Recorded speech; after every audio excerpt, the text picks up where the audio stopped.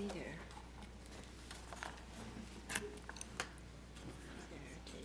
There we are. Oh, goody, goody, goody. It's all working out beautifully. That's where we want to be. I'm actually organized. Okay.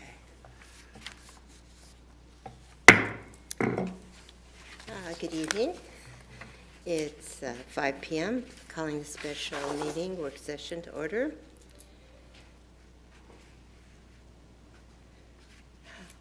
This is a special meeting of the Kent School District Board, which is held in public to comply with the Open Public Meeting Act. The purpose of this meeting is a work session to discuss superintendent evaluation and goal planning framework for 22-23 with Dr. Larry Nyland, and a legislative priorities discussion for the 2022 WASDA General Assembly with Board Director and Board Legislative Representative, Mr. Wally Farah.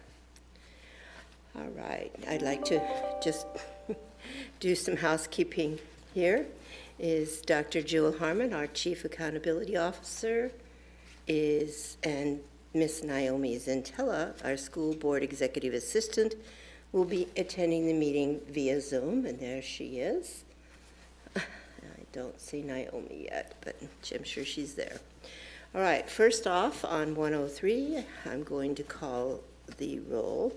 First off is Vice President Meadow. Present. Director Farah. Here. Director Margell. Here. Director Clark. Present. And of course, I'm here.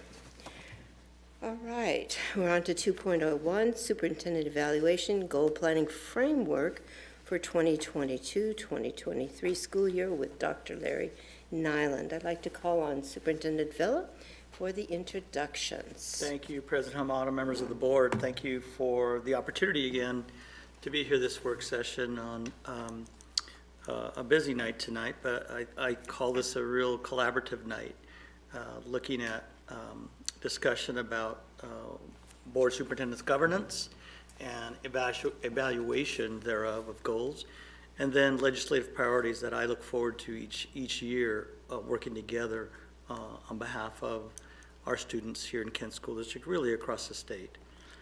With that said, yes, Dr. Larry Nyland is here with us today, facilitating our work, and I'm excited for Director Margell to be a part of this process. As you know, the board started this process in early June, working collaboratively, working on goals and listening to each other, the superintendent's team, as well as our board members. And this is just picking up where we left off. So without further ado, I'm going to turn it over to Dr. Larry Nyland. Thank you. Delighted to be back with you again.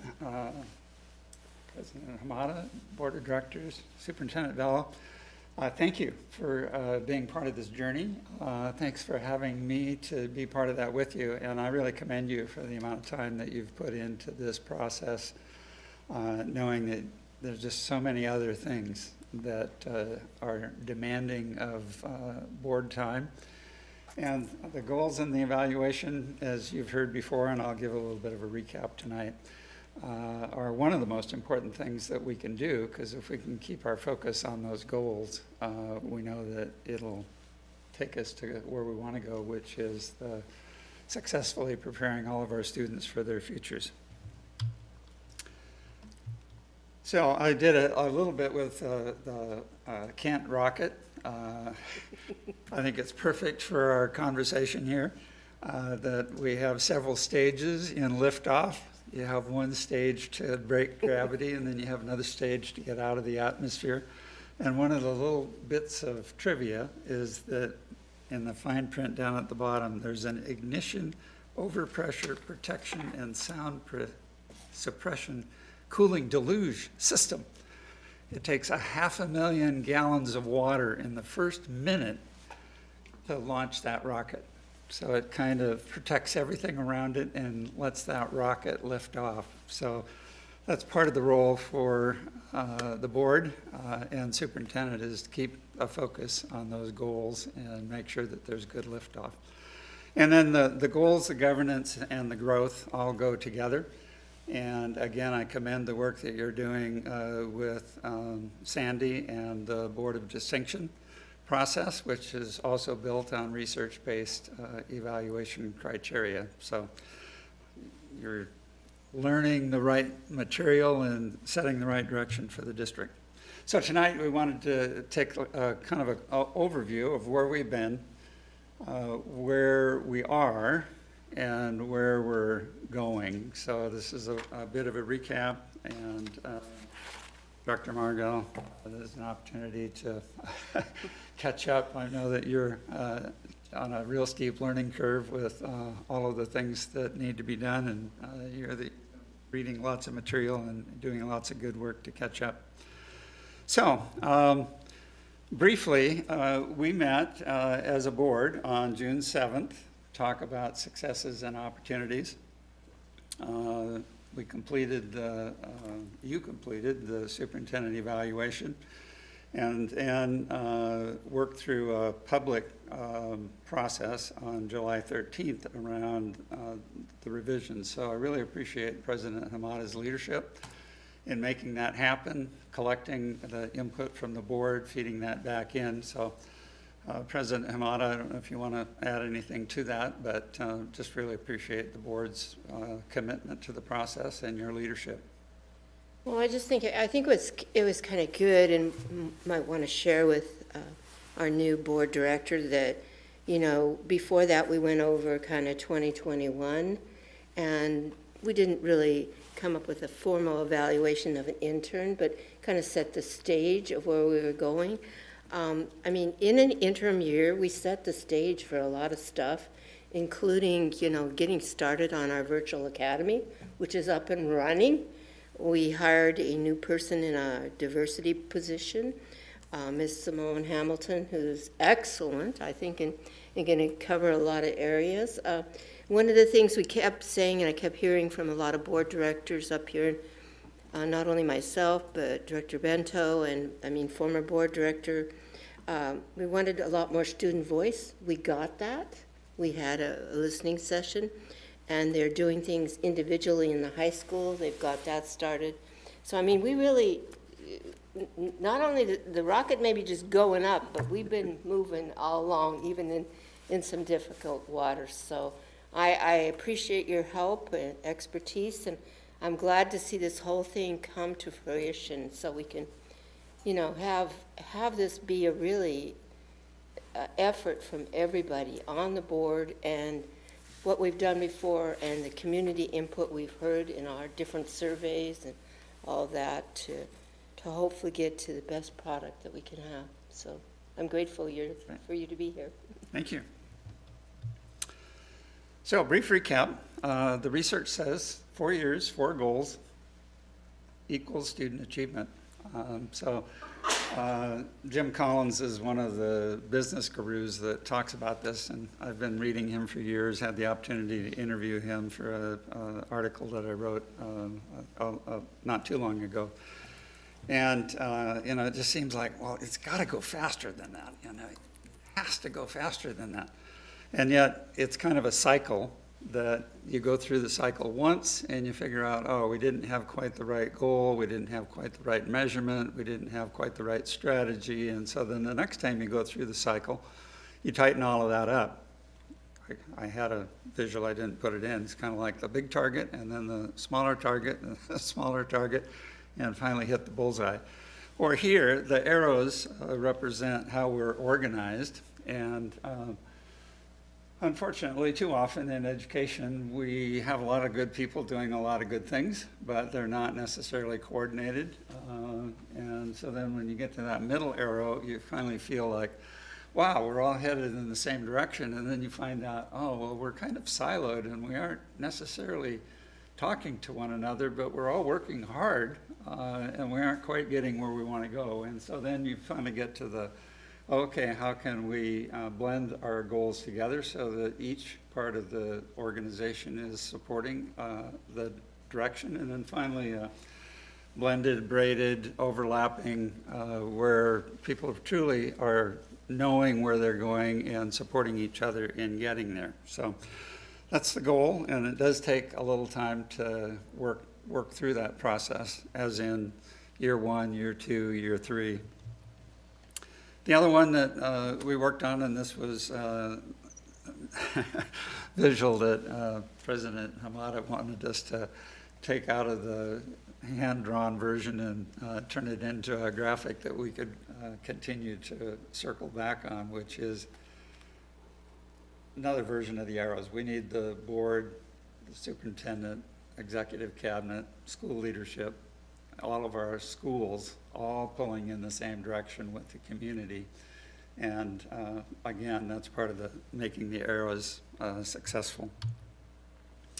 So one of the 5 things that effective school districts do, number 1 on the list is collaborative goal setting. So that's one of our goals today, is to say, have we got the right targets for kind of big picture in the ballpark? Are we headed in the right direction? Kind of the next part of that, number 2, is eventually working those into non-negotiable goals for achievement and instruction. What would that look like at the district level, the school level, the classroom level? Board alignment, that's our discussion here this last several times, and support for those district goals, and then monitoring the achievement, the data system and the assessment system. And then the last one, allocating resources through the budgeting process to help get where we want to go. So that's kind of where we've been on our journey. Where are we now? The right-hand column over here is between policy and the superintendent's contract. Several things are required. An evaluation system is required. A collaborative goal-setting process is required. Mid-year review is required, and then the final evaluation is required. The left-hand column is just a bare-bones outline for the WASDA evaluation process that is in draft form moving forward for eventual board review. And this particular model, it's one of the pilots that I had the opportunity to develop with WASDA a number of years ago. Trained quite a few districts around the state, and Seattle used it. Has these 5 components. So it matches with what Kent School District has said in policy and in the superintendent's contract needs to be in place. And again, commend you for picking the right direction that's needed to create a successful district. So, the research-based criteria, collaborative goal setting, and then opportunities during the year for the board and the superintendent to engage together to say, how are we doing? Are we moving in the right direction? Too far. So the document that you have seen as part of your homework, I won't give you a quiz on it, but you'll continue to see it, and it'll move forward for a first and second reading here in the next few weeks. But it includes these 4 standards, which, interestingly enough, like Carolyn pointed out today, that they match 1-to-1 with goals that are tentatively moving forward for the district. So again, good thinking, good planning, good direction. So instructional leadership, job 1, keeping our eye on the ball in terms of our students' learning. Family and community engagement, which I know is an important priority for many of you. The management of the system, and in our conversation on the 13th, several of you had comments about, how are we doing on that, and do we have something built in around that? And then professional culture, which is a little bit different, but closely related to the HR work, which was part of Goal 4. So that's just kind of what you'll see in detail. And then for each of those, there's, I think, 5 or 6 criteria. And then there's the rating form that follows the same pattern that we use for teachers and for principals. So very similar process for the superintendent as for teachers and principals. Dr. Nyland, just a reminder to stay close to the mic because of our streaming. So, yeah. All right, Thank you. now wandering around, all right. Okay. So, on the 13th of July, we had the open work session with the board, and we had further discussions. So we've, on two things, both the evaluation document and on the goals. So this is the notes that I took. So this is kind of an opportunity to check my memory and did I get the concept right? So one of the concepts was around student engagement and voice. And are we, love the idea of, are we actualizing student input? I thought that was awesome. And I shared that last time. It's kind of like, wow. We usually talk from our point about what we're doing to or for the student. Love the idea of we want to actualize and empower students to be part of the process. And then the other comment that, so this is suggested as an addition to the WASDA template. And then the other comment was, are we keeping our eye on the budget, and are we being proactive, and are we giving early notice if our budget is not in a sustainable mode? So this is an opportunity for those of you who recommended those. Are these close to what you were recommending and wanting to include in that document? I would say yes, and I really appreciate you having the word, because I didn't say actualization, but I did say we shouldn't tokenize students, only bring them in when we want to hear them, that they should just always be included in part of that process. So I appreciate the word actualization, because that's not what I said, but it's what we were saying in the meeting, so I appreciate that. Yeah, I think that takes that a step further, and sometimes you think about that, but when you write it down, then you're accountable for it, if you know what I mean. So I do appreciate that word too. I like that. Thanks for adding that. Yeah. And of course, we know how important the budget is to anything. Unfortunately, we can't do anything unless we have the funds to do it with a lot of times. And we want to make sure that we're monitoring that and trying to, even while we're monitoring it, being competitive and treating our people in the best way we possibly can. It's a lot. So, yeah.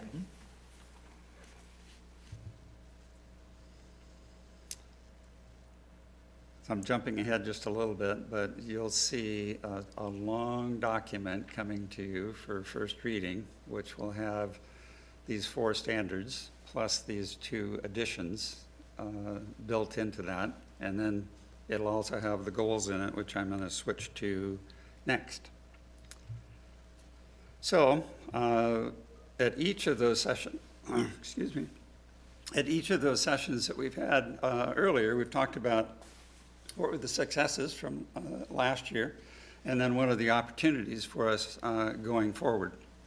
And so you'll recognize this document that's come back to you in many, many forms and additions. And again, this is part of the work that President Hamada asked you to provide. She fed it back into the system. We added it to this document. Executive Cabinet has then worked on it. I have to stay over here, sorry. Executive Cabinet has worked on it as well. And so that will be coming forward in terms of goals. So the next few slides, I'm going to turn over to Superintendent Dalla to talk about some of that work that's been done with Cabinet and others in the system. Yes, thank you, Dr. Nyland. And if you look at this slide, the goals would be in bold, black lettering. The red really speaks to the board's process that Dr. Nyland just talked about. The opportunities that we've had since early June for conversation with my executive cabinet, but really conversation together. I recall us, not only my team sharing the successes of 21-22, we also moved into opportunities. What were some of those opportunities that were still around. I talked about priority initiatives that, and I think President Hamada mentioned our virtual academy. So the priority initiative was one of our areas that we focused on. However, it's still a 22, 23 and beyond goal for us to ensure its success, along with all of our other academies. And so I share that as an example under Goal 1, that is our core business, working with each other collaboratively so that our students are successful. When we talked about Goal 2 together, we heard loud and clear student voice. And as you know, June 15th, we had our, I'd say first of many more to come, student session. So we learned a lot from our high school students. And under the support and leadership of, as President Hamada mentioned, our director of, Ms. Simone Hamilton, our Director of Equity and Strategic Engagement. Note the title that she has. She was the one that spearheaded that opportunity. And I just had the opportunity to meet with her again this week. She already is looking ahead to 22-23 and has already scheduled student voice opportunities across our system. I'll also say that those opportunities, I think, as Vice President Beno, you mentioned, it's across the system. It's not just under Goal 2. What does student voice sound like, look like, and feel like under Goal 1? Meaning, here are some things under curriculum and instruction. How are we a part of that? I won't go through all the rest, but that's something that I'm really excited about, her leadership there, and really strategically listening to it to see how we get to actualization and how we might incorporate that in what we do.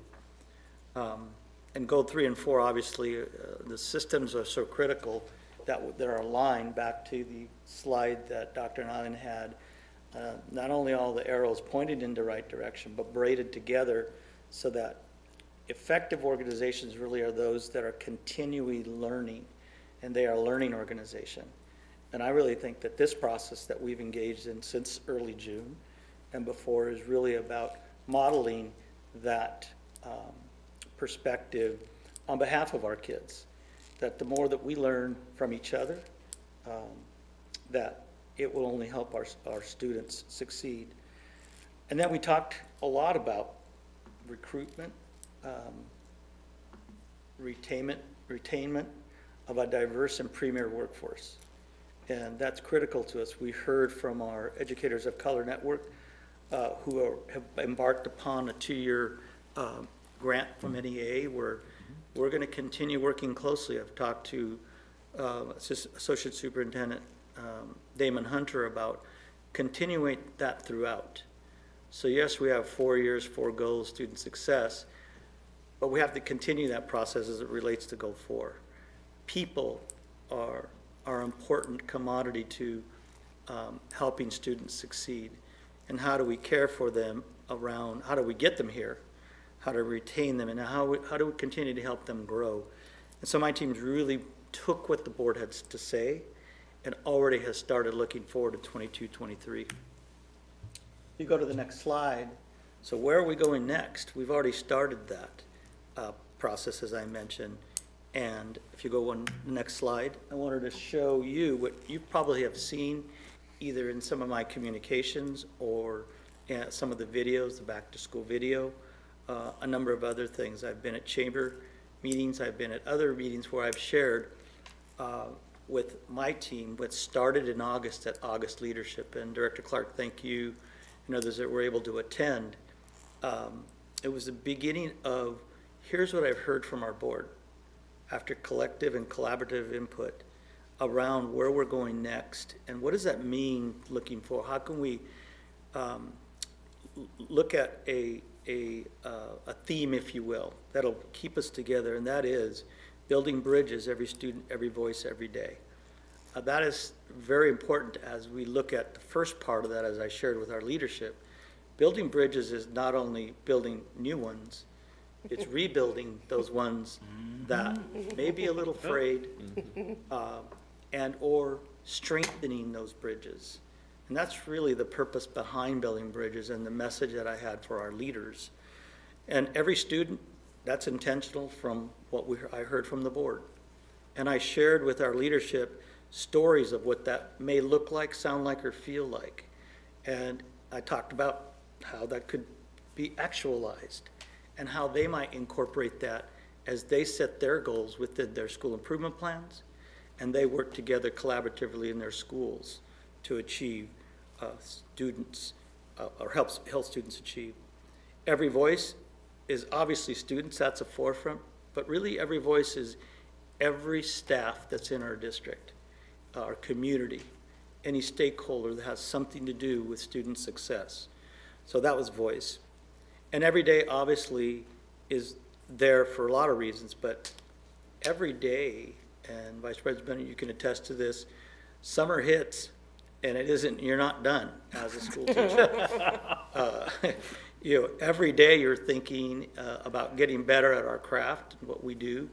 We're thinking about the system and how we can help support students that are there in the summer, either attaining credit retrieval, learning a new concept, those kinds of things. So every day is there to say, not sure if school is just 180 or 181 days anymore. It's really cyclical, as Dr. Nyland said, that we're supporting students and their families every single day. So I'll stop there because I can keep going. I'm excited about that, but really took that to our team and got that from our board. So I'd like to now turn it, next slide, Dr. Nyland, over to Dr. Nyland. We'll talk a little bit more about, so where are we going next, continuing to move forward with the momentum that we have together as a board superintendent governance team. Dr. Nyland. So we've been assembling a lot of material and kind of putting it on the desk or the table or whatever. And that's going to go into this document, which you've seen the earlier was the pilot form. It's now going to be updated with what I've just shared and what Superintendent Vela has just shared. And it'll come to you later in the week for a first reading and an opportunity to take one more look at it, add, change, correct anything, and then a second reading on October 12th, which is just in time for that October 15th target date for having the evaluation in place and having goals in place for the year. And love Superintendent Vela's illustration of the arrows, really. Actually had another chart there with 4 goals and then kind of the big picture and then all of the school goals and other cabinet and department goals all leading into that. So it's kind of a good illustration of how try to bring the whole system together and be moving in one direction. And then October 28th, 29th, board retreat, focused on the goals, governance, and growth. And so another opportunity to weave together, braid together the work and the work that Sandy is doing with you in regard to Board of Distinction. And then Naomi's on it. She's got a time schedule for us. And so it's on the calendar for January 18th to have a follow-up with the board and the superintendent to say where are we in our progress and to get closer on the benchmarks. So I know the benchmarks are really important to many of you and to, I think, everyone. But it's a matter of how do we continue to work in that direction and bring everybody together and have some further conversations about what those target outcomes will look like.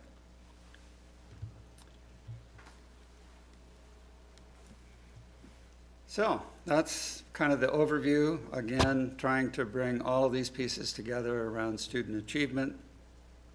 And one more piece on the rocket. Kind of from strategic planning, we know that 70 to 90% of project initiatives fail. And there's a lot of reasons for that. And for the Apollo moon rockets, they were off target, if you wish, 97% of the time, but they still hit their target because they were constantly adjusting. And that's kind of what we're trying to do, is to say, okay, And that's what we're asking of the board. It's kind of like, so do we have the right ballpark here? Do we have the right big rocks? Do we have the right goals out here? And do we have the right evaluation system? And are we ready to say soon, after the first and second reading, yes, that's the direction we want to go, with the idea that we'll continue to meet quarterly, tweak it, and keep making it better, with that idea that 4 years and 4 goals with the continuous improvement equals student achievement. So that's where we've been, where we are, and where we're headed.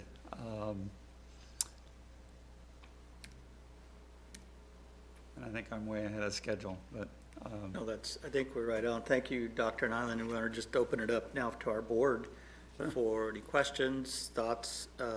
Again, for Director Margot, we really wanted to create something for not only get us back to where we were, but really get us all back in the same place as it relates to our collaborative work together. So I think we'll just open it up for questions. Thoughts? Well, I've got a thought. I think it'd be fun, and this is probably way off topic, but here's the kindergarten teacher in me that loves crafts. I'd like to see some of our schools do some rockets and stuff, build some rockets, and take that and kind of make it in, and maybe even the high school, they could get, or middle school, they could get more sophisticated projects to kind of get that theme marketed throughout our district. That's just an idea, you know, because we want to get everybody on board, even the littles. And I'm wondering, I know it's great to have conversations with middle schoolers and high schoolers, but honestly, I participated with the mayor of Covington and our manager there, and we had some really interesting conversations with younger kids and their thoughts, just kind of taking some notes from it. And I'm wondering, maybe to get them to feel like they're a process of the school, we tend to gravitate toward the older kids, but maybe some littles. I'd love to sit down and hear some of their thoughts and dreams and ideas and what turns them on about learning and all that. So I think this could be a really good marketing tool and fun too, along with some really good learning. And one of the things, I listened to a podcast today because I'm going to a training, and they were talking about people who you're trying to get ideas across to people who perhaps have very different ideas than you are. And they had done some really in-depth surveys where people who admit they've made mistakes and correct are much more successful in life and in the projects that they've done. And they had statistics on it and stuff, and I thought it was pretty interesting.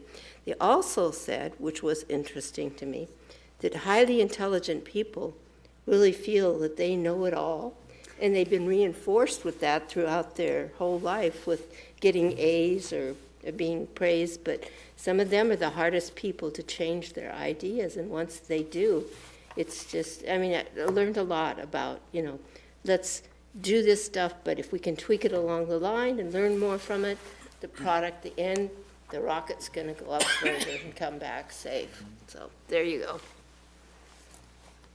I mean, I have a thought too. Ultimately, thinking about, again, student voice, and I agree with listening to the littles too. And I don't know, just thinking about, like, as a teacher, like I want to go into class and do guest teaching and talk to students and things like that. And I would encourage everyone who is at the admin office here to go into classrooms as well. And I just remember going on a site visit with Mr. Vela and going into an IE room where a student was having a meltdown. I was like, oh, I'm gonna come in here. They're like, oh, no, don't come in. I was like, girl, I've seen this before. They were embarrassed. Like, there was a student that was having a meltdown, and, you know, he needed some cool down time. And, you know, but like, I think and to me, I was just like, oh, hey, bud, are you okay? What do you need? And so, like, for me, it was really important that they understand, or that the teachers that were in there that felt like embarrassed, like, I don't know why you're embarrassed. Like, this is what happens. Like, and I don't want it to be a dog and pony show anytime someone from the admin office goes into the school. Yep. And so I would encourage everyone who works here to also go into the classrooms to get the student voice, not again tokenizing, but just to see what's really happening like on a day-to-day and not like the perfect lesson, like what real school looks like on a daily basis. And, and we're going to see some things, and that's just we work with people. It's a people business. And so, and I think there's different ways to get student voice, and, going to where they are is one of the ways to get that to happen. So I just think it's great, and I love going on visits, and I want to do more, and I definitely want to talk to students and student groups and whatnot. So doing forums and whatever the plan is for the future, not just having them come to us, but I want to go to them and, be a guest speaker, or do a forum with a couple of us or whatnot. Like work with the leadership students. I think it's just exciting. So I thank you for including student voice as part of the goal, and that's my thought. Thank you, Vice President Bennell and President Hamada.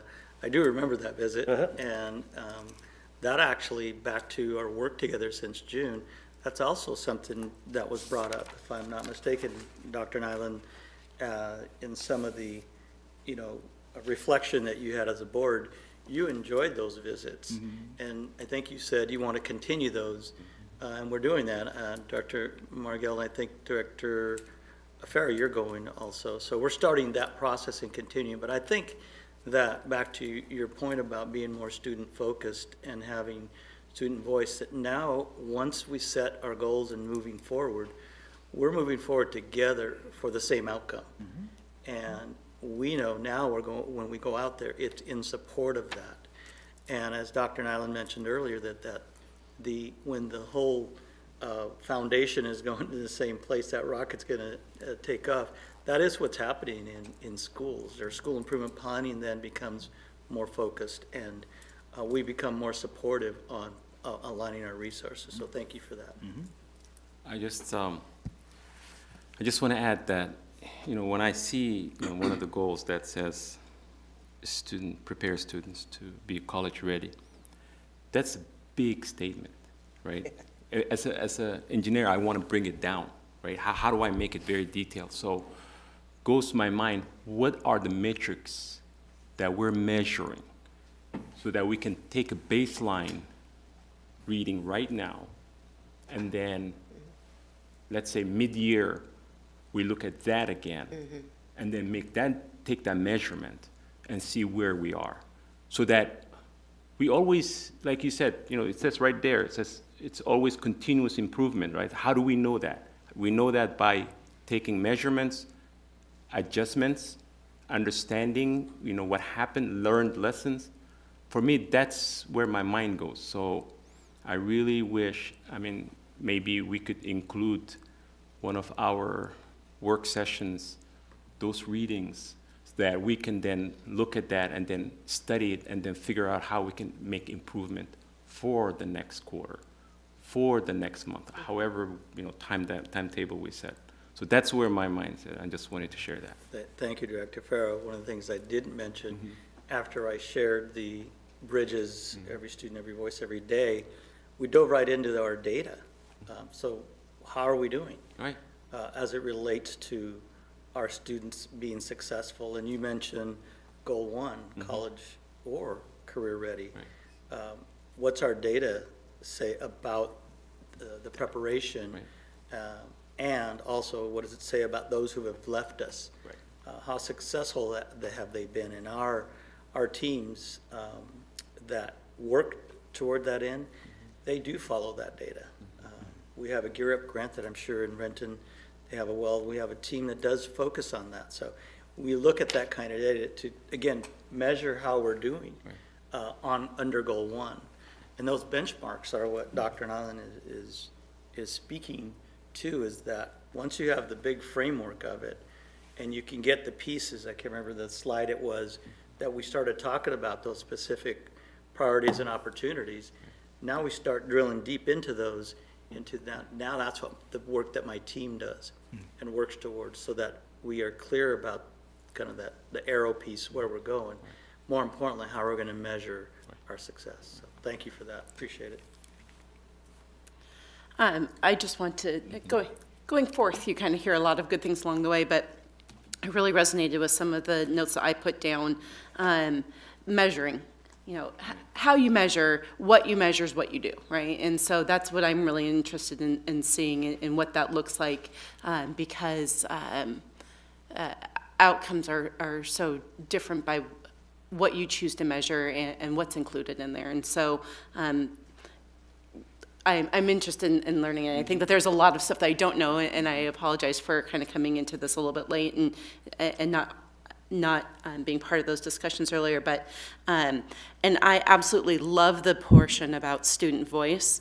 What I'm interested in seeing, and maybe this is a too late because it's not in here yet, but I think it might be part of that college and career ready, is student voice so important, student action so important, but the voices of our community and our businesses in our community, if that is specifically outlined, and what are we hearing, you know, as somebody who hires Kent School District graduates, you know, I think it's important to know what are businesses looking for, what does that look like, and making sure that's part of this. And I don't see that specifically outlined, and I'd be interested in seeing a little bit more about that. And then student voice, super important, but I also don't want to forget about our parent voice too, and our community voice, and I'm not necessarily seeing that in here, and so I don't know if this is, again, too late to put part of it, but I hope not, because there's some really important voices there that we need to hear from too. No, I appreciate that, Director Margell. You under goal 1, it's college or career. Career is where that is, our CTE team, and many of things that we've been working on in partnership with our Kent Chamber and Covington Chamber, and those pieces are critical. And so that is under there, that will be under there. The other one is for voice, and then back to the slide I shared, voice is not just about student voice, it's really all stakeholders, as I mentioned. And one of the things, I apologize if I forgot to mention this, is right alongside this is our strategic plan process. And that's where a lot of engagement will take place, as it had done in the past. And so when we think about that, we engaged our city partners, our businesses, our faith-based communities. And so you are right on when you're saying it, and that is under goal 2. When we start looking deeper into what we put on when you get the full document that Dr. Nyland is referencing, you'll see some of the pieces on there. So two-way communication and voice really is all voices. So thank you for pointing that out. Thank you. What I know in the CTE programs a lot, especially in my district I work in, is that the CTE does advisory committees where we invite business communities to be on these committees, where we have them be part of the process, how we adopt curriculum, what do we need to include, industry standards, like that's all part of it. I don't know how it works here, like I would love to be a part of it eventually, but I know that's part of being a funded CTE program, is having that advisory committee with business leaders in that committee for each of the different areas, whether it's business, health science, family consumer science, et cetera. So there's a lot there, for a lot of room for business and recruiting business leaders to be part of these committees so they can give their voice to what the business needs in our classrooms, and specifically our CTE classrooms. So for me, that's very exciting to hear you say that, because I'm sure that's part of the plan, but I want to see this document so we can really dig into it. When you were saying that, Vice President Beno, I thought of our program review. Part of the CTE funding that we get requires what Vice President Beno just said. We actually have to have that partnership already established, so absolutely, we do that same thing. So I want to give time for Director Clark as well to. So first of all, I want to concur with Director Farah on the need for measurements and adjustments being visible. But I'm going to take just a little different approach. In developing student progress academically, there are a whole slug of steps, unless the situation has changed since I've been gone, one of the things that takes place is counselors keep trying to explain to their students that what they do right now matters. now, and I'm going to use just as an academic standard, suddenly you find yourself in building that curriculum base that's necessary not only for graduation, but for admittance to a college level or a tech school, because they also have their standards. Certainly, even going into the military, there are minimum requirements that have to be met. And the catch here is, are they listening? And the thing that doesn't really sink in is experience, where you have to go through it. You don't tell them when they enter the 9th grade in high school, each year is going to be more challenging. Everybody on staff knows that, but it hasn't quite sunk into the minds of the 9th graders that in fact they are in a ratcheting up demand schedule. And that would be true just to meet graduation requirements, doesn't even begin to try and deal with the higher education demands. And so the question I would ask is, in our evaluations of where we're going, is there clear signs of student awareness? Because we suddenly drop on them in their senior year, by the way, here's the checklist, and without it, you don't get to go across the stage, but that's not the right question. The right question, of course, has always been, we're trying to prepare you for your future, and do you have a vision of that? And the problem with that is, of course, we are very much aware, thanks to career education and other sorts of assessments, that we're not preparing them for a lifelong job. We're preparing them for a string of careers. And so the question is, are they aware of that as they go forward, to recognize? I mean, I'm a classic example. I was not real sharp in science and math, but I have to laugh how much later in life I found those basic tools necessary to comprehend very complex concepts that you have to have in order to go forward. And so it becomes a question of raising that awareness step by step. I mean, you're not going to do it in 1 year, and nobody's pretending that. But it does ask, within our planning, are we assessing that? No, thank you, Director Clark. I wrote down as you were sharing that, to measure whether a student is on path to graduation should not happen in 12th grade. It's actually a 9 through 12, actually 8 through 12. When you're looking at some of our CTE career paths, that are we exposing our students much sooner? So that's one. And the other is, back to Director Margill's point about our community, our business community. So what are those future careers that are out there? And what are the foundational concepts, skills, experiences that students need to have to be able to do that?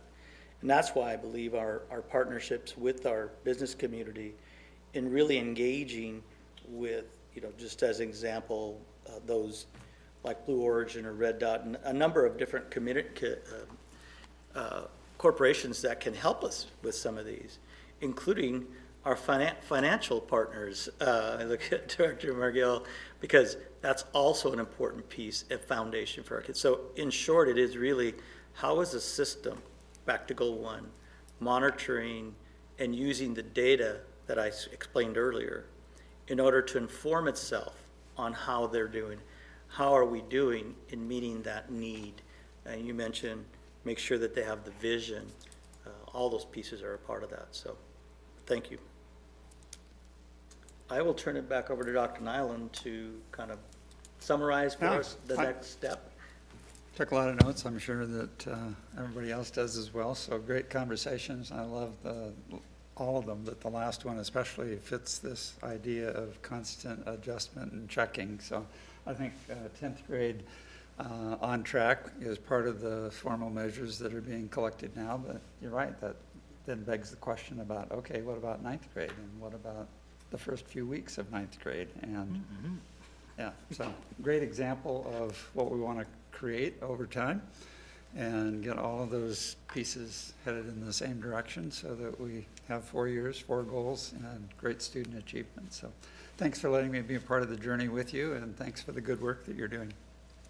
I just want to take a moment to again thank Dr. Nyland and Director Margot. Dr. Nyland supported us last year in a number of ways. We'll talk a little bit more about Goal 4 and some of the work that's still to come there, and Mr. Damon Hunter around the Moss Adams review, which was an HR review, and that's a part of our goals as well. So I wanted to formally thank him again for his support. So I will turn it back over to President Hamada. I think we have a legislative session to work with next. Well, before we transition into that, I just have another comment.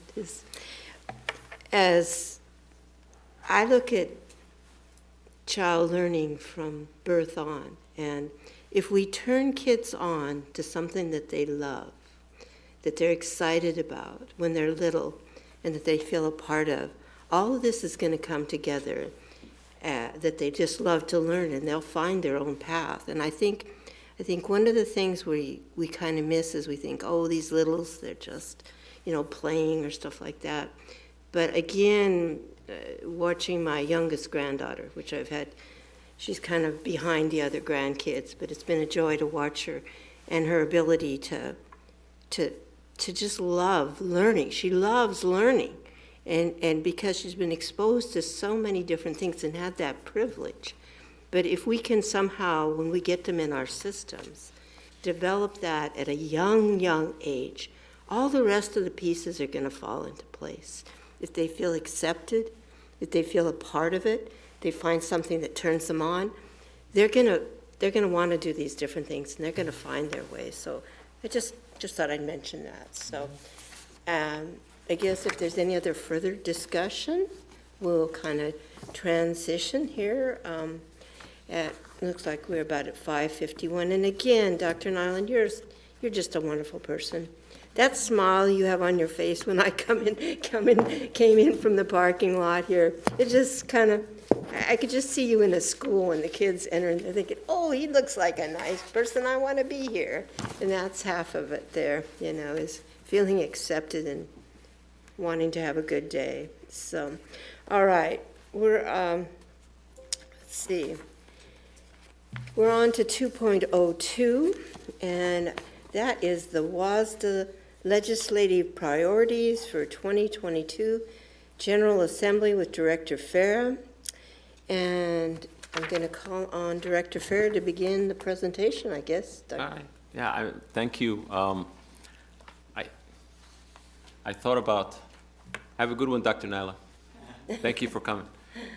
And I thought about, standing over there and doing the presentation, but then that looks like I'm giving some kind of lecture. I don't want to do that. I want this to be a discussion, because this is our priority, and this is how we're going to be able to communicate to WASDA what our priority as a school district. I had meetings, like I've mentioned last meeting, the board meeting we had with the superintendent team, and kind of got priorities from them, and being able to now put together this presentation. But I mean, this is just a presentation. The gist of this is to have the discussion. So if we go to the next page. Next slide, please. Okay. You know, just do it. There are three areas that I've, when I talked to superintendent and his team, kind of really came, to the forefront, which is, as you can see, it's the making sure that, simple majority for our bond, which is the one that we're trying to now get passed so that we can have our buildings improved. If we have to build a new school, infrastructure. So in order to do that, we just asked the legislators to pass simple majority because it's the threshold is 60%. So that is one, I don't know if you're all aware of that. The next one is, funding the prototype school model. And the third one is a coherent student lunch program because, as you know, and it will come on the next slide, which some schools in the district, in the state now have free lunches altogether. And how do we make sure that we have a coherent plan so that it all this state is doing the same thing? Let's go to the next slide.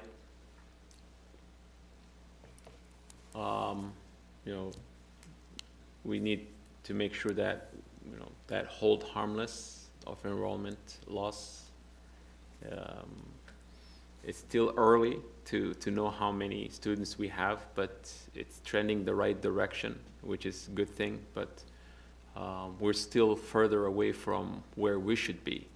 So we still need those dollars because our staff is measured according to how many students we have, and we kept increasing that. So, we want to make sure that it's not, impacts on apportionment, impacts on the local levy collections, because they only allow us, the state only allows us to collect, only a certain amount per pupil, right? So we want to change that so that they allow us whatever the taxpayers had approved to be able to collect that amount instead of being that restricted. Of course, categorical programming, of course, revisiting transportation funding formula. As you can see, I don't want to read to you what it says there, but that it also doesn't allow the flexibility for the district to be able to do that influx or however they need to make sure that we have. So lunch, that CEP. For example, Auburn School District, uses that, but they provide. But how does that impact us, and how do we make sure that when we request that funding does not impact on our lab funding or any other?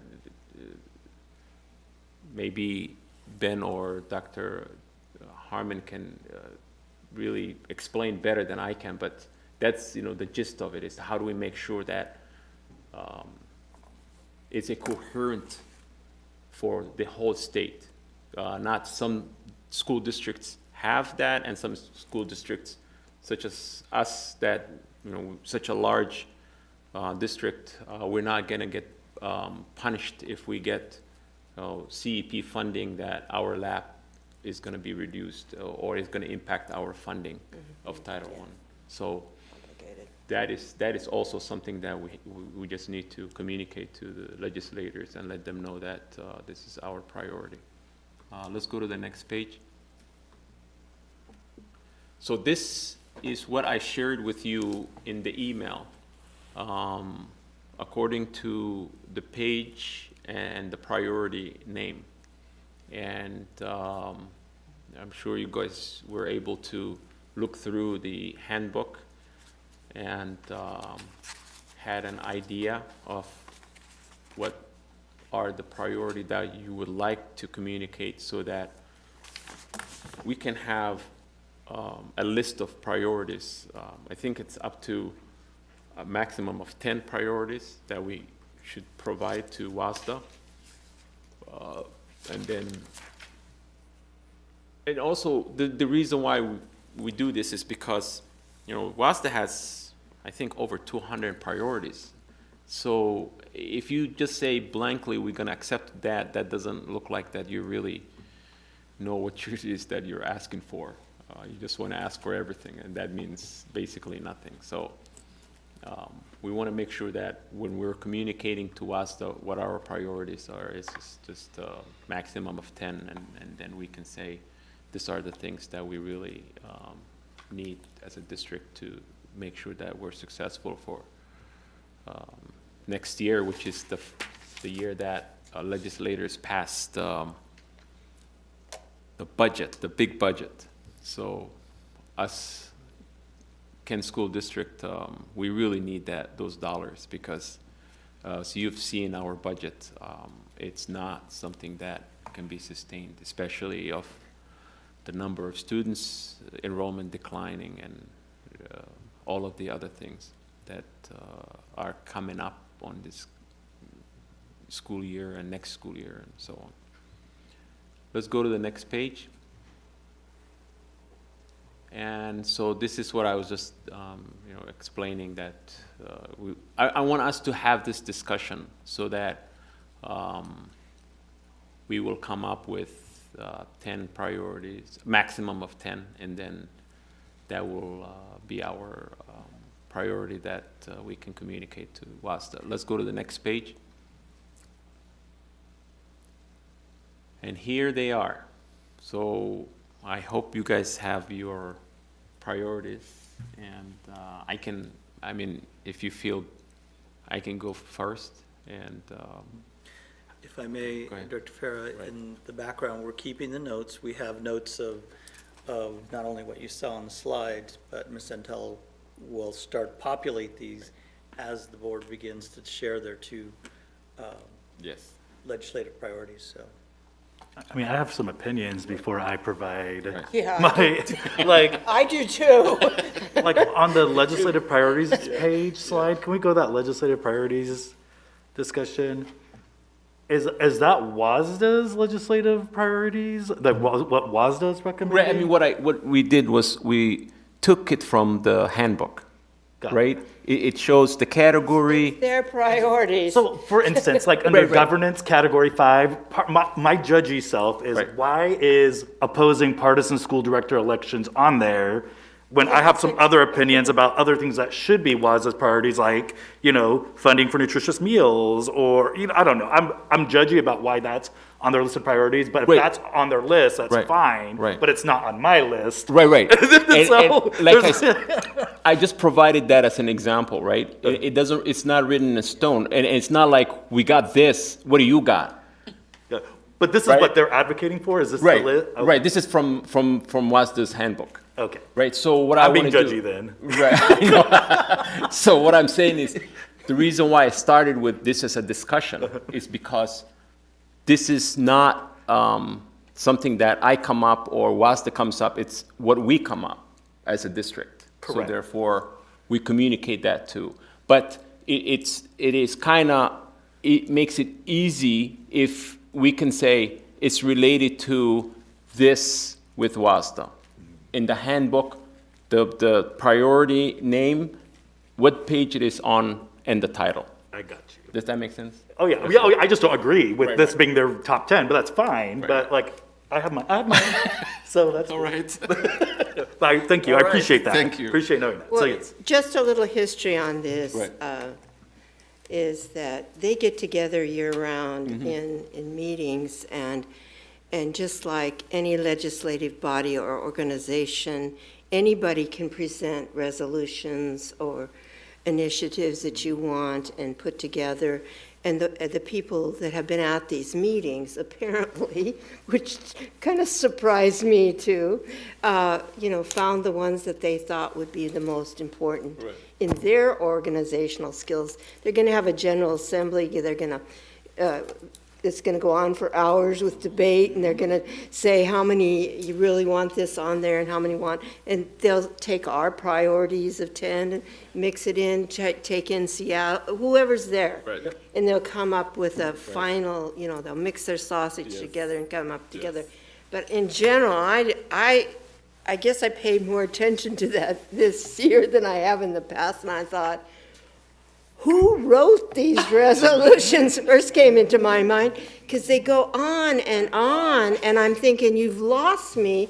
You know, I mean, seriously, you're gonna go in, because I've done this several times, either testified or talked to representatives, and they're gonna tune you out right away, okay? You want this succinct, you want it to the point, and you want to get it done. So who's ever guiding that, again, tomorrow when I'm down in Vancouver and I see Mr. Garshaw, I'm gonna say, okay, I think you need me here, because, and in a different capacity, because I've written a lot of resolutions and stuff for different parties and stuff, and this is just interesting. If I Yeah. may, President Hamada, and I'd like to hear from the rest of our board. I think, Vice President Beno, you bring up an excellent point, is that those are WASDA's Yeah. list of priorities, and you're right. So I've been in this district quite some time. And what we and I have found effective for us is kind of what we just went through. Right. We just went through some goal setting, and we know the type of supports. Remember the alignment of resources? And my team has put together in those two slides that you saw from the systemic legislative solutions. Right. Yep. Those are big You go up picture, the yeah. big picture systemic solutions that are Right. going to impact the kinds of supports we're going to need for the students here in the Kent School District. And then when you look at the ones that are more Kent-specific, and you see those sub-bullets, those are very specific to organizational effectiveness. When you talk about feeding students, transporting students, Right. and also from a budget perspective, the very first one around hold harmless. Right. Just as a reminder to the board, that is what we got for the last 2 years. But we no longer are going to have hold harmless in enrollment. Yeah. And so that is very Kent-specific. Yes, we have a little trend we're excited about. However, this is more long-term. So I would just echo what both Vice President Beno and Zama said. You as a board, decide on what your priorities are going to be. Absolutely. My team has shared kind of, Right. as you saw. And as Baseline. you look at, it says 10 there. That doesn't mean that we have to fill that whole page. No. But I believe it's really more important to say, here are the specific things that are going to be more student-centered and allow Kent School District to thrive in the future. So I just wanted to share that. Thank you. Director Farrar. I just want to hear from Director Margal, anything that you want to add or? No, I mean, I have, in looking through the entire list of different priorities that were given, again, there would be other ones that I would Right. put in there. I can see why, in the world of where it feels like everything is trying to pull us apart further. Right. And not much is it usually felt on the edge is really good, right? Right. So much is the world kind of sustains itself in kind of in balance. Right. And so I can see why that one in particular that was brought up because of the timeliness and as we try to pull people further apart Absolutely. when maybe we should try to put people together. Right. I can see why maybe the timeliness of it and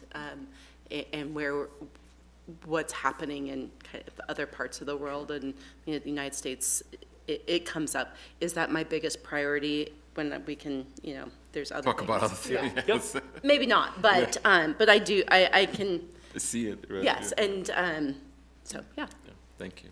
Thank you.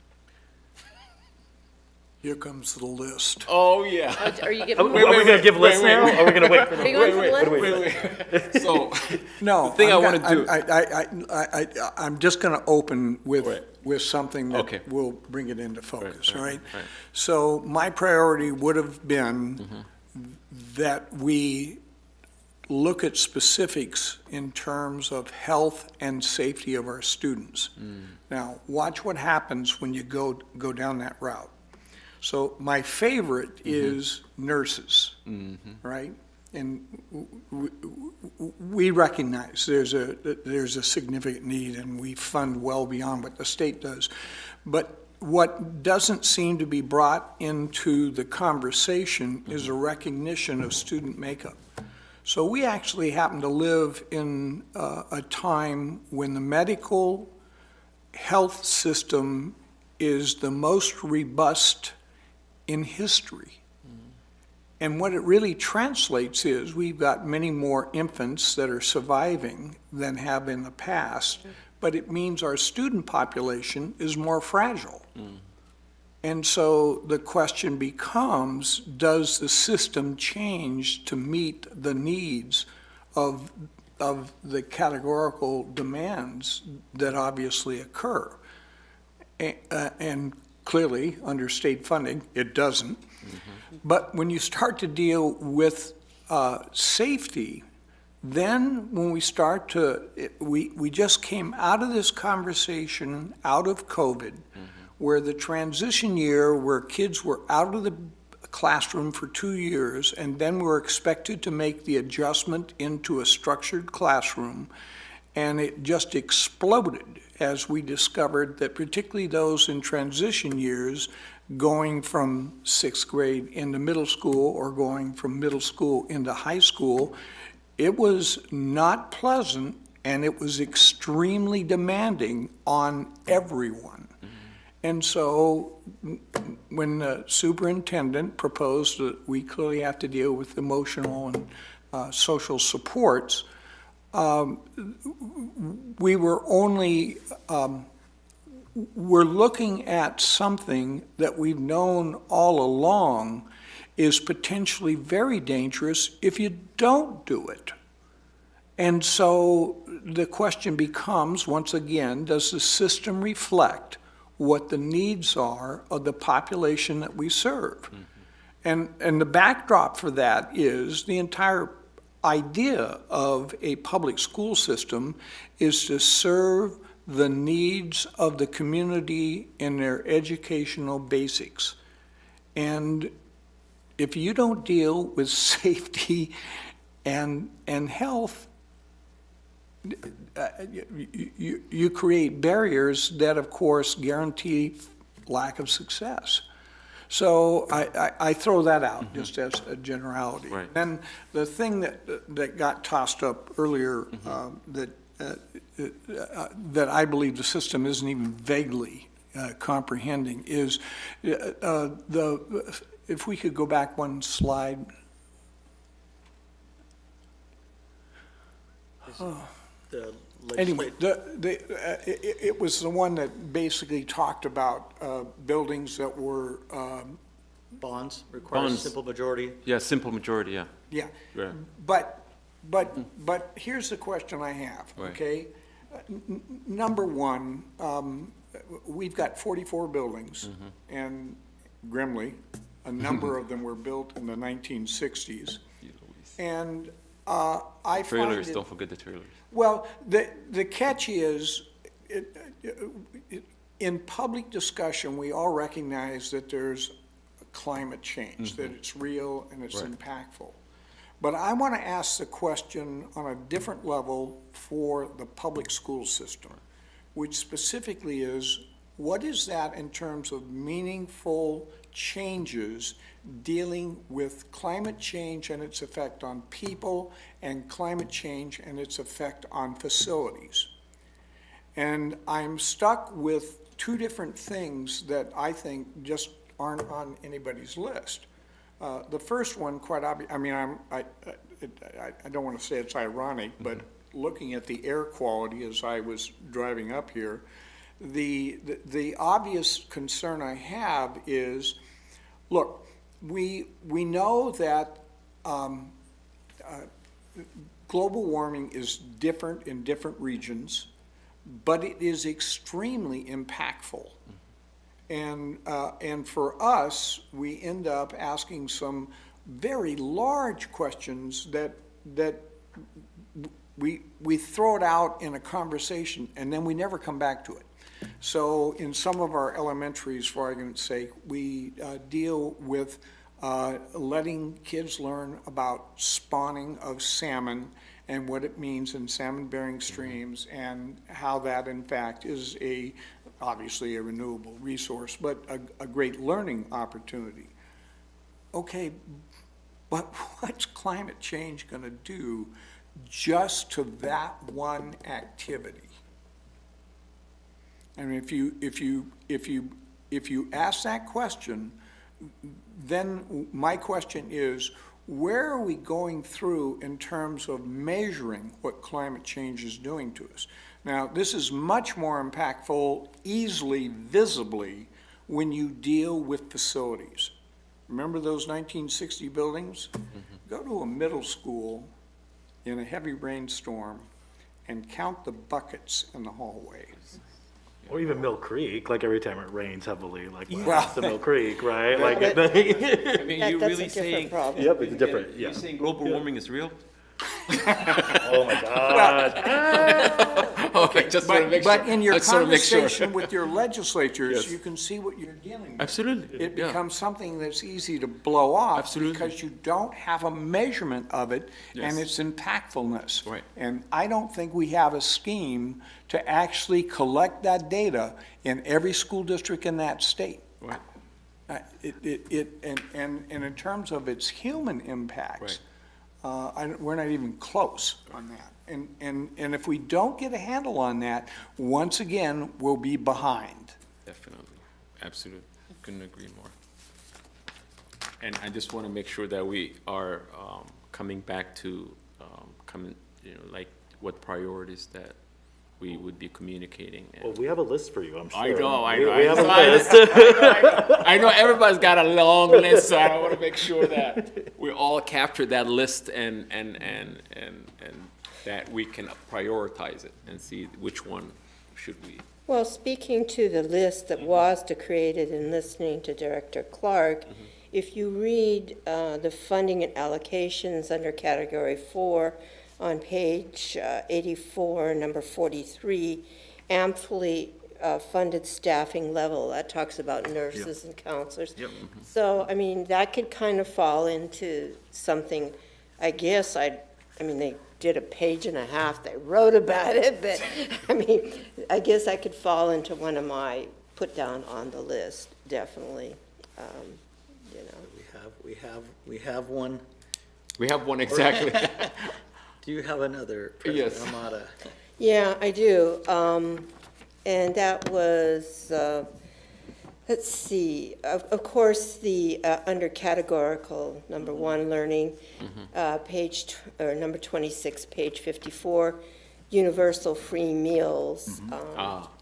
Of course, we always want to feed the kids, and I mean, that's, food in this country, I mean, my God, we should have nobody going hungry in this country. I mean, but So, yeah. it became apparent when the pandemic hit. Yeah, it did. If we didn't know before, there's no excuse now saying we don't know. There is parents, families that are going hungry, so. Well, and I mean, one of the things that I did find interesting that was in their narrative was that 73% of all the kids in the nation who eat schools qualify for free and reduced lunch. And quite frankly, that's not a school problem. That's a huge nation problem, that we're not even paying people enough that are working. Where 73% of those kids have to depend on somebody else, their families, to feed them. Now, there's a serious problem. Yes. There's a serious problem. We have an income issue, work issue, whatever you call it, but that to me wherever they got that factor, they didn't note it on there. I found that 73%. Right, I mean, that's crazy. about 25 or 27% of the people can afford to feed their kids. That's ridiculous. Richest This country in the country. world. That's, I mean, I'm sorry, I'll get off my soapbox. I know. I'll go on to Naomi, another one. I know, Naomi, are you able to take this? Yes, Okay. she's capturing you. Okay, okay, So okay. want to thank President Hamada. She shared her too. Yeah. And so if you, Director Farrer, want to, I just want to add this one that, Ben had really, has been instrumental of this, is that the Seattle School District gets, I think, $500 more per student than the rest of the school districts in the state. And, I mean, I could read off the legality and, you know, RCW and all of that, but we want to be able to prioritize that so that every district gets the same amount.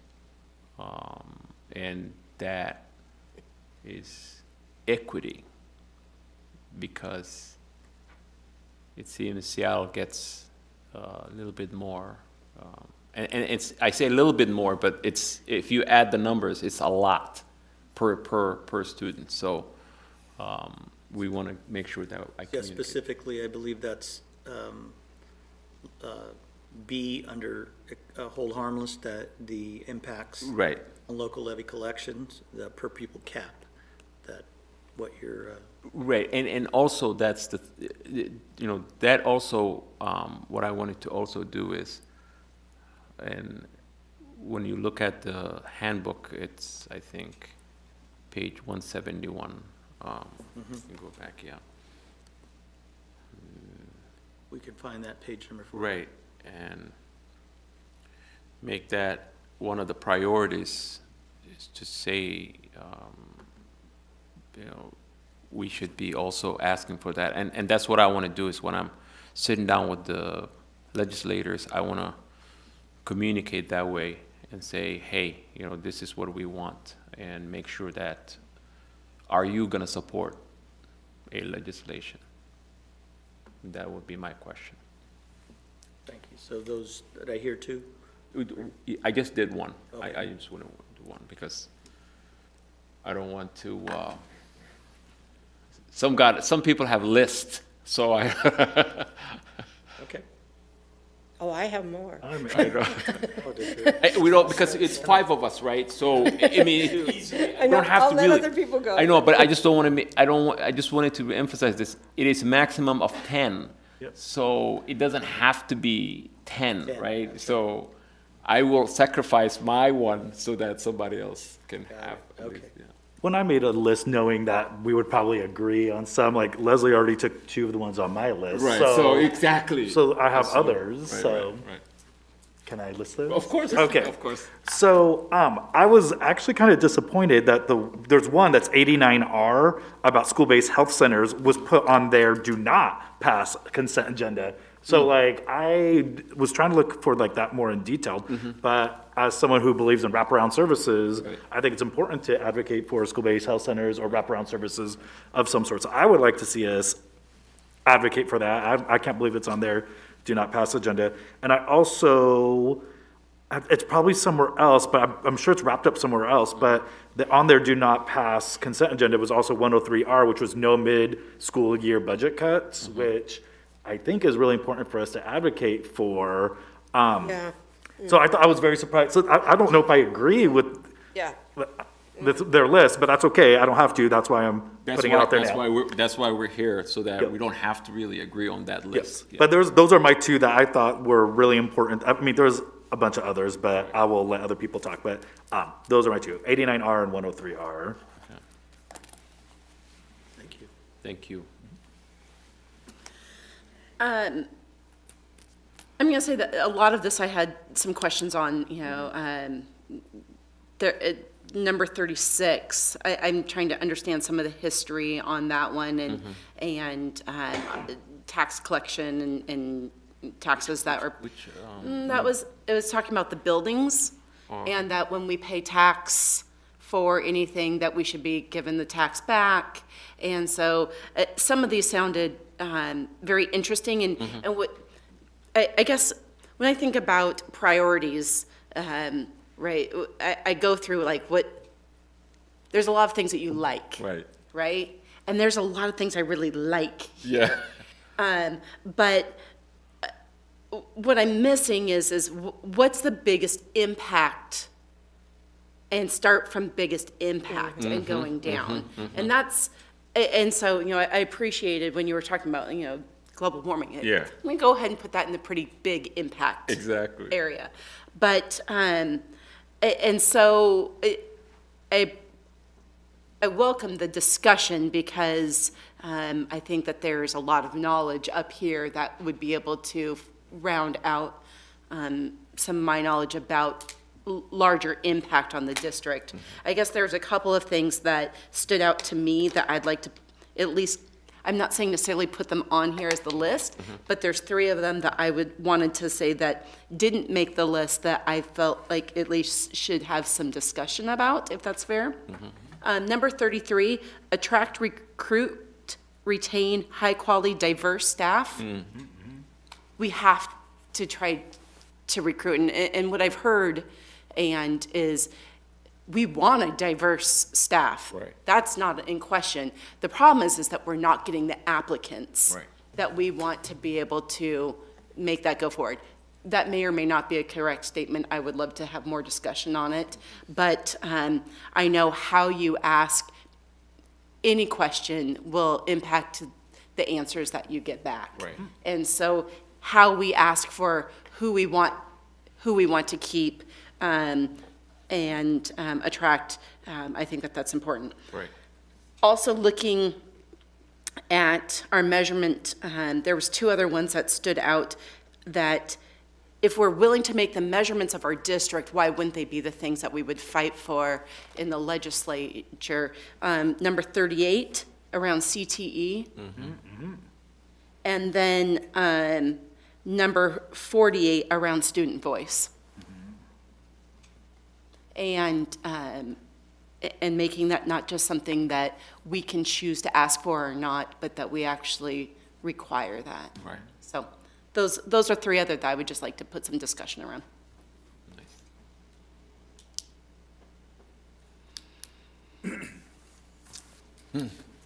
Okay, so I'll try and encapsulize the one. I would like to see a uniform formula for gathering. This won't even begin to fit up there. I know. A gathering of statistical evidence of global warming impacts for both human and facility impacts. So this is not from the handbook, this is your own? Yeah, right. I think that's, what I'm trying to get at is the state doesn't say Right. you will, and Joe keeps throwing at me Mill Creek, but the reality is that was a huge financial impact, and it does cost us money, and where does the state gather that evidence and compile it to see if they are correctly assessing and dealing with it? And it's far more dangerous if you deal with human impacts because they haven't even begun that. But we have to do that. I mean, that's just so obvious. Has there been anything nationally with other school districts or colleges or anything that have started to do those impact studies? That's a very valid question. I know that clearly there are various university studies that are starting to deal with the impacts in the various arenas, but I know of no state that has in fact. My guess is California is ahead of us. But I don't recognize that right off the top. There's number 35 on here, that's climate impact mitigation assistance. It doesn't talk about the how far you're going or how far you want it to go. It's minimal, but it's Well, maybe an it's- amendment or something to this one. It's could easy help. to ignore if you don't have to face the evidence. Yeah. Yeah. Well, before, I went up and testified on this restorative justice when they started a long time ago. And the first thing that they had to get through was a study of, what would the impact. So this sounds like this is a ground floor thing that somebody could get a handle on and Right. But then, of course, then you're going to have a fiscal note with it, and I don't know. Well, no, look, I mean, let's be perfectly honest. We know doggone good and well it becomes a task force, and the task force starts to get into specifics. But the trap on that is, for argument's sake, look at King County. King County finally recognized that global climate warming is a real threat. And they have begun a process of evaluating what does that actually mean. So you can find that in terms of both how they look at health impacts and, of course, how they look at it in terms of the degradation of the environment. And they're way ahead of the rest of the state on that, which is not. Yeah, but I thought that your question was how does it impact in the school district? No, we already know it is. The question is, we don't have a uniform means of Right. gathering the statistical evidence because it doesn't do any good for us to go down and say, look what happened to Mill Creek. Right. That doesn't do us any good because they'll say that's a one-off thing and unusual and we'll try and help you with that. If you go and look at the long-term degradation of facilities alone, Right. you're in a state where, what's the formal economic term that they use for evaluating an investment in a building and how it declines over time? I think probably should be- Depreciation? Appreciation. Depreciation? Yes. Yeah, okay. What's the depreciation for school facilities? Oh, that's right, it goes back to whatever the public lands timber sales are Right. and the laundry list that you've been building for the last 20 years, and we finally have some money, so you guys that are at the top of the list get money. Yeah, I watched them rebuild Franklin High School. That was actually pretty impressive. Do you know how old Franklin High School was when they rebuilt it? Yeah, it was over 50 years old. Give me a break. I mean, it's mind-boggling, right? Some of these buildings I walk into and we want to educate our kids. I mean, we can talk about that, but I just want to make sure that we capture what are the priorities that we can communicate to the legislators and be able to say, this is what we want. Can I ask a, Right. and this is in no way saying that what you're asking for is not possibly the most important thing, but I'm trying to understand the process on this one. So is the slate already out there, and we must choose from the slate of, here's all the things that WASDA is willing to do, and we need to choose kind of the ones that we're putting our chips behind. Right. And this is something that we would have to add to the slate for a future year? Or we're still just making the slate, here's some proposals, Right. and you can continue to add at this time because we haven't gotten in front of the legislature yet. So if there's something that bubbles Right, to the top of the absolutely. list, Right. and I don't Right. understand which place we're at. It's the priority list that WASDA, because if you see, WASDA is the consortium that speaks for all school districts, right? So they have that ability to go to the legislators and have this to be the priority for all school districts.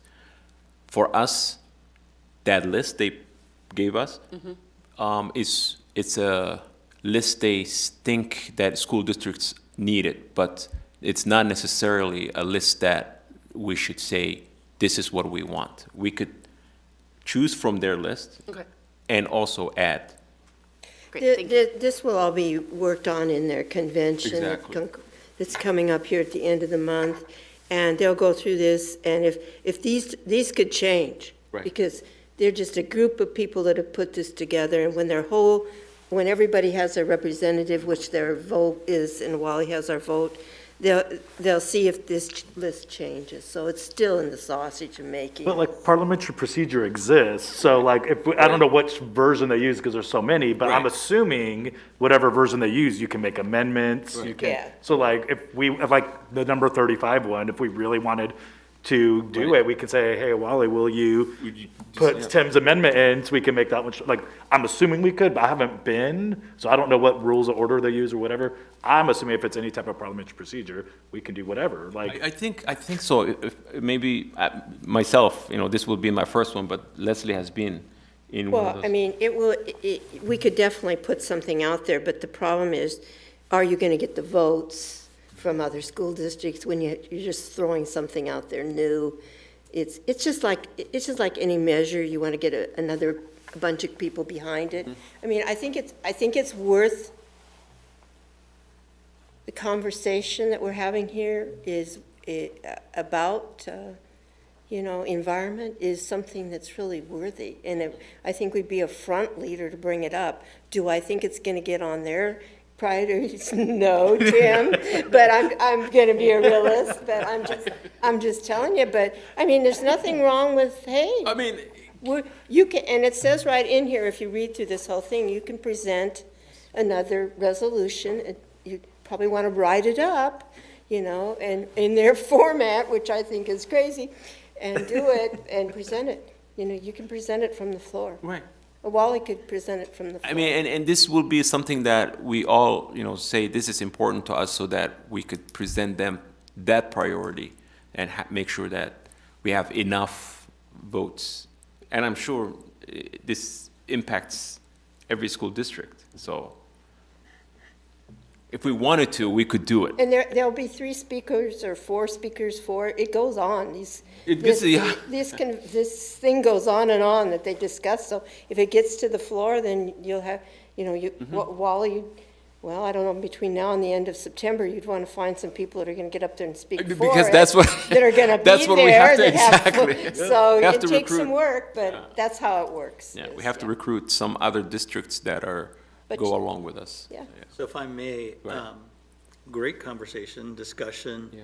that back to the list, so a little bit back to Director Margell's question, that it's a yes and a yes. However, for each legislative session, WASDA, as Right. you heard, this is what they push in conjunction with the superintendent's team, and that's why you saw on the earlier slides.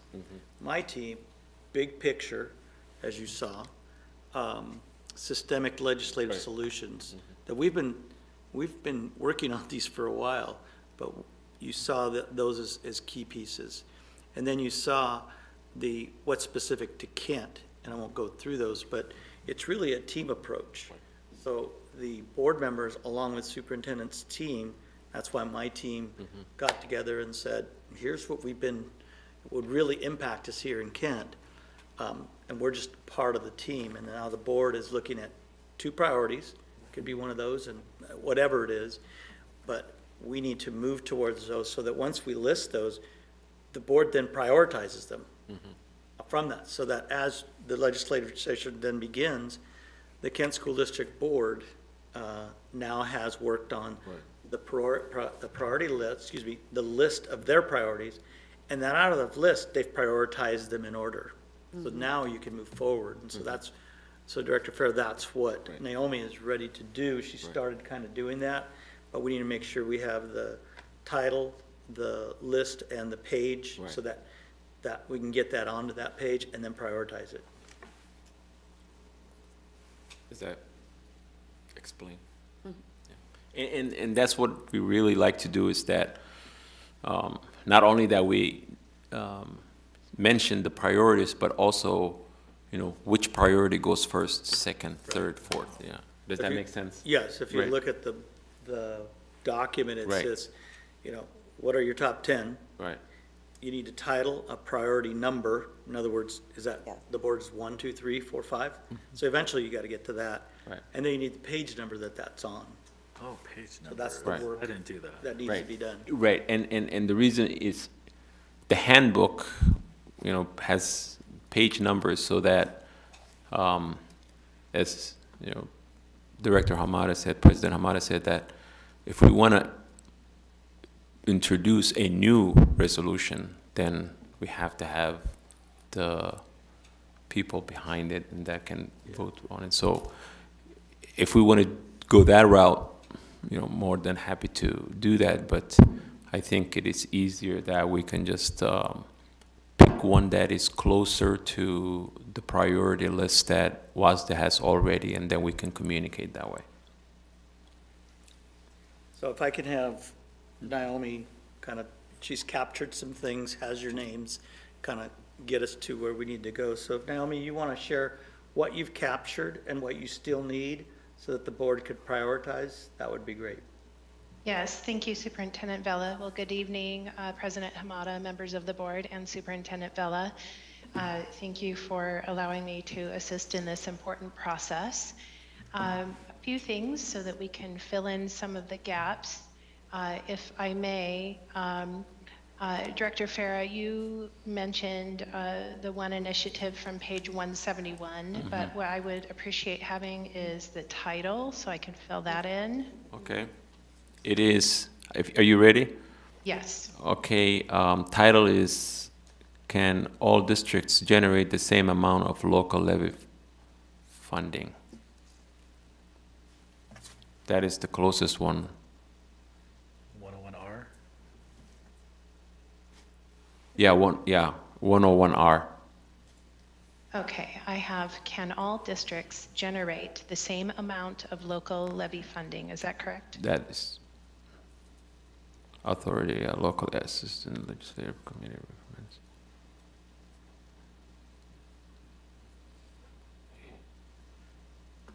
Yeah, Okay, and that was the only one that you brought forth to this that list? is, yeah, that's the only one, yes.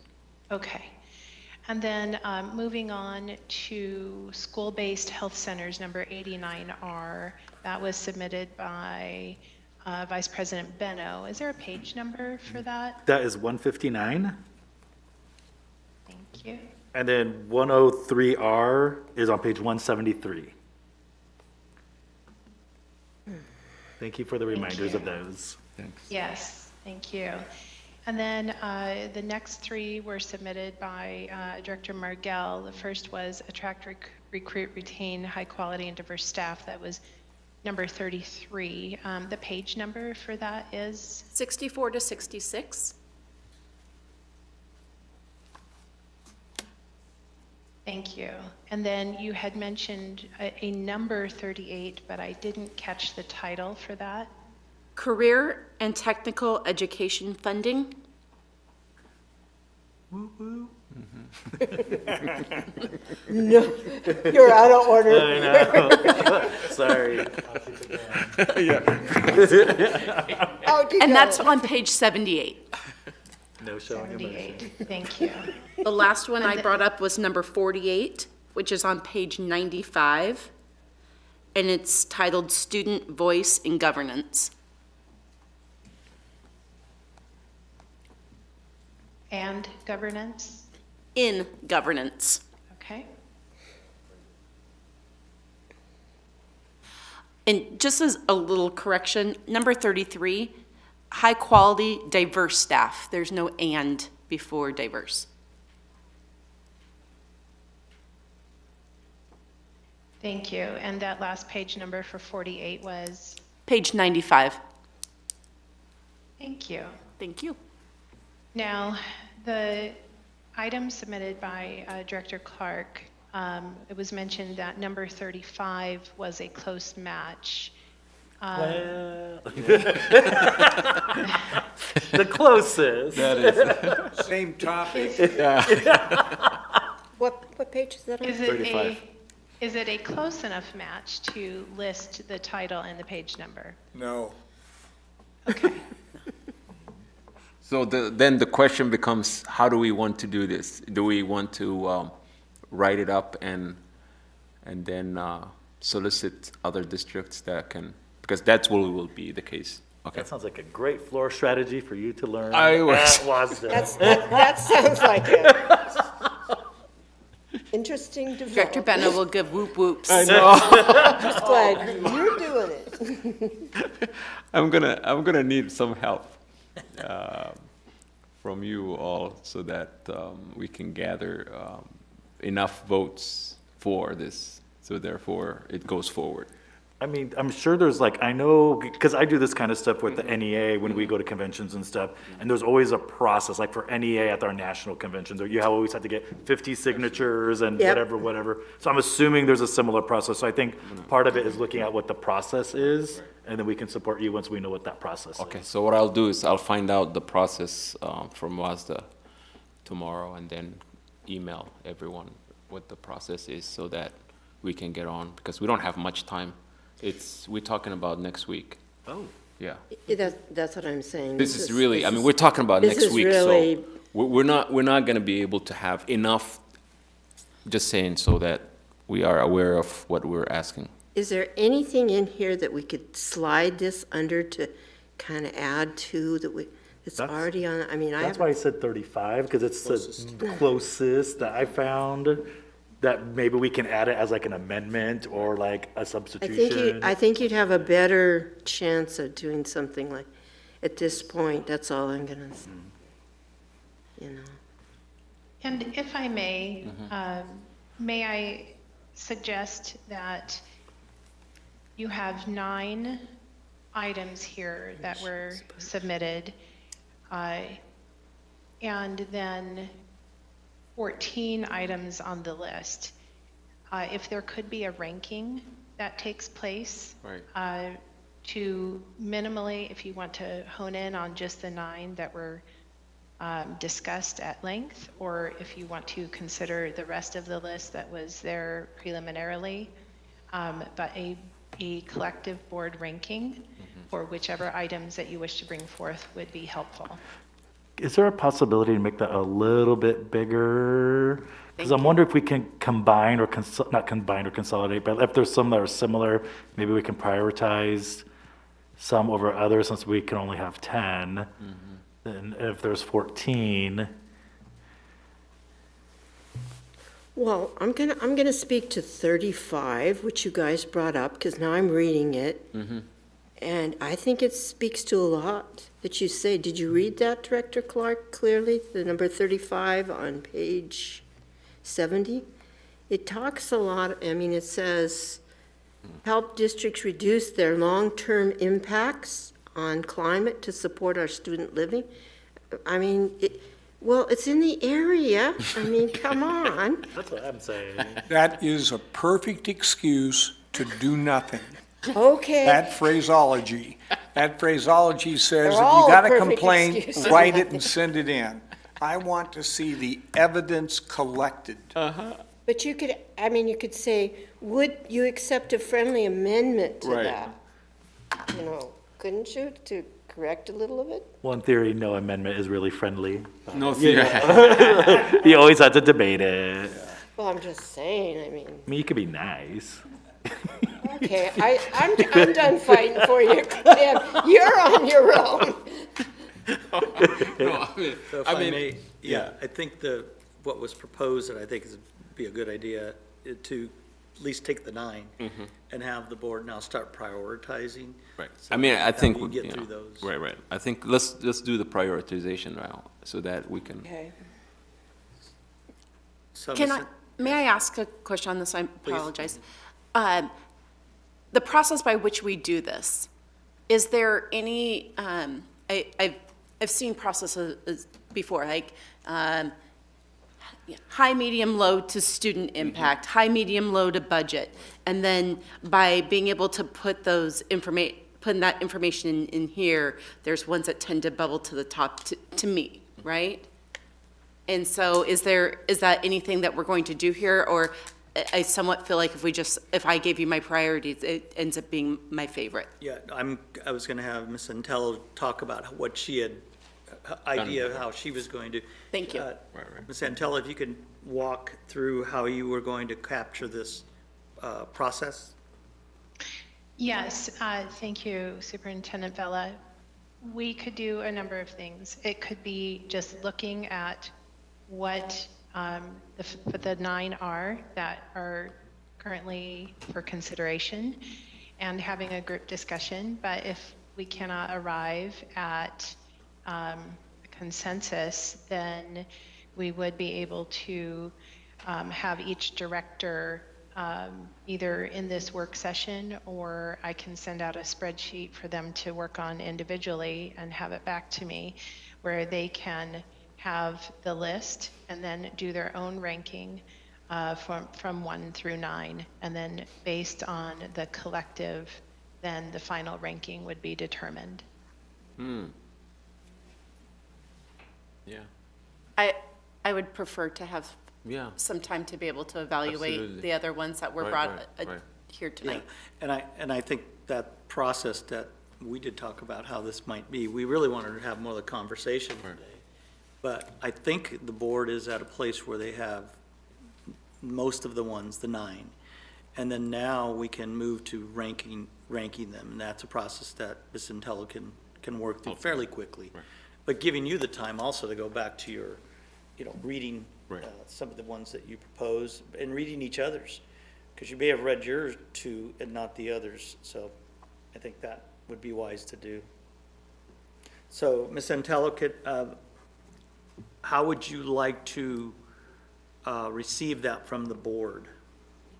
So tonight I'll compile, after this meeting, I'll put together just a very quick and simple spreadsheet that will include these 9 topics, and I'll share it individually, each person with their own file. So they're working separately and individually.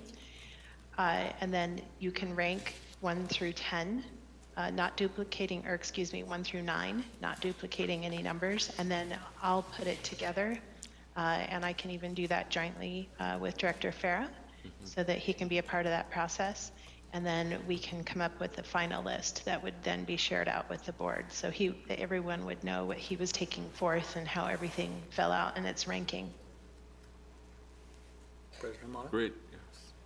Director Farrer, was there a deadline on when we had to have that in? Oh, this deadline is, I think, October 5th, but, No, it'd have to be before the end of the month. no, during the assembly, we will communicate this, Right. right? so- And then, but the final list, Right, but our list has to be included in the meeting, right? in the meeting, we can advocate and be able to say, this is our priority. Right, but you'll have to have it. We'll before- have to have, yeah, I have to have it before the, Yeah, but did they give you a deadline, like in a couple days or something? I would think they'd need it. they don't have to have it from us, right? I think they have to have it from us to put into their meeting. Right, by October 5th is the deadline. Are you sure about that? Because the meeting's the end of September. The meeting is September 30th and October 1st. But they give you a few days to finalize your list and then submit it to them. 5 PM, October 5th is the deadline. If I can make a recommendation, the board can authorize whatever Owali arrives at as a final, as our official Yeah, position. yeah. And we can do that with a vote, I believe, now. Yeah, but I mean, we have to rank it, right?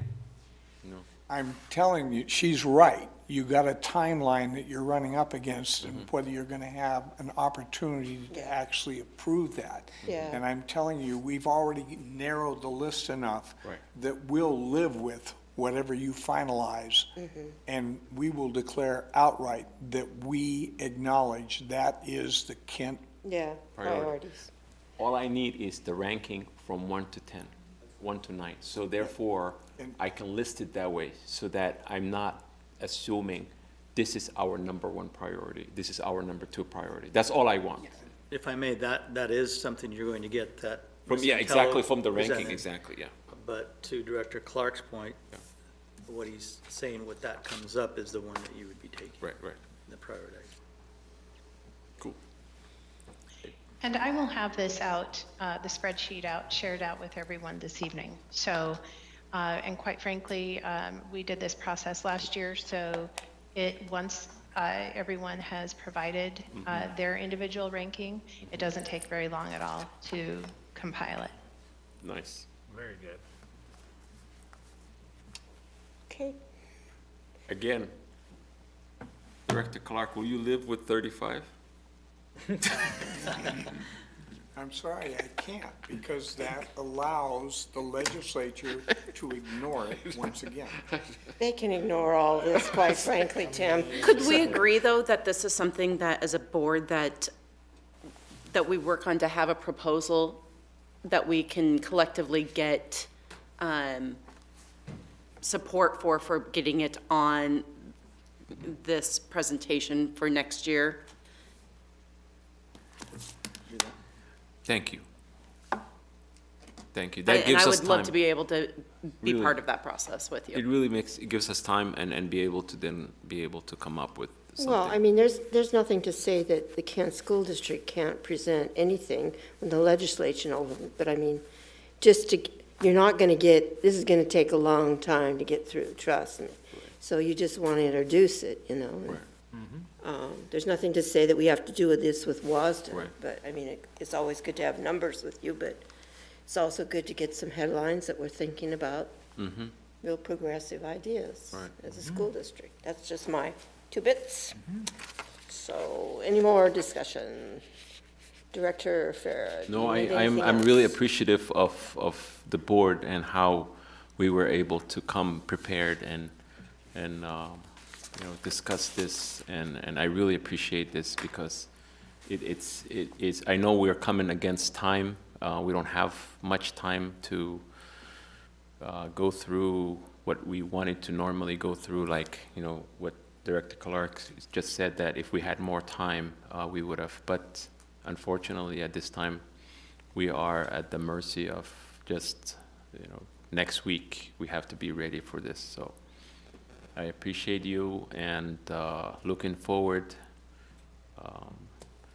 making sure that you understand that, you know, the 27th, there's, you know, assembly, you know, things to know. If you can join that, it would be appreciative. And you can do it online. You can do it online. You don't have to be Yeah, there. and I intend to do that. I did it last year. It goes on and on for 2 days. Absolutely. I mean, I was like at home, like, I need snacks. And then, as you can see, you know, I'll, you know, make sure that you guys get this slide from Naomi, is that all you have to do is, it says, you know, click that blue, Yeah. and then it'll take you to the page to log into the Zoom, and you have to view it, but I'm the only one who has the ability to comment or vote. So they just send me that credentials to how to log in. And it starts at 9 a.m. It goes on to 5. And Is that a Friday, Saturday? Is that what that is? it's Friday and Saturday. I told you snacks, you know. And you can, I mean, we have the ability too to communicate to Wally. Absolutely, If and- something's on the floor. Right. We could say, hey, Wally, I want you to talk Yes, about this. absolutely, you know? absolutely. So, and that's where I need you. That's why I'm asking you really to participate and come, because, I mean, I don't want to be the only one there just, you know, talking on your behalf. So make sure. President Hamada, I did check with Ms. Entell. She has what she needs to Okay. get out, so just Terrific. thank you. And thank you, Ms. Entell. Yeah, thank you, Ms. Centella, for all the work on that and getting that out. And thank you, Director Farah, for taking the lead on this and taking the lead on the time commitment it's going to take to see all this through and the learning process. I don't see any further discussion, and it's 6:57, and we are adjourned. Thank you.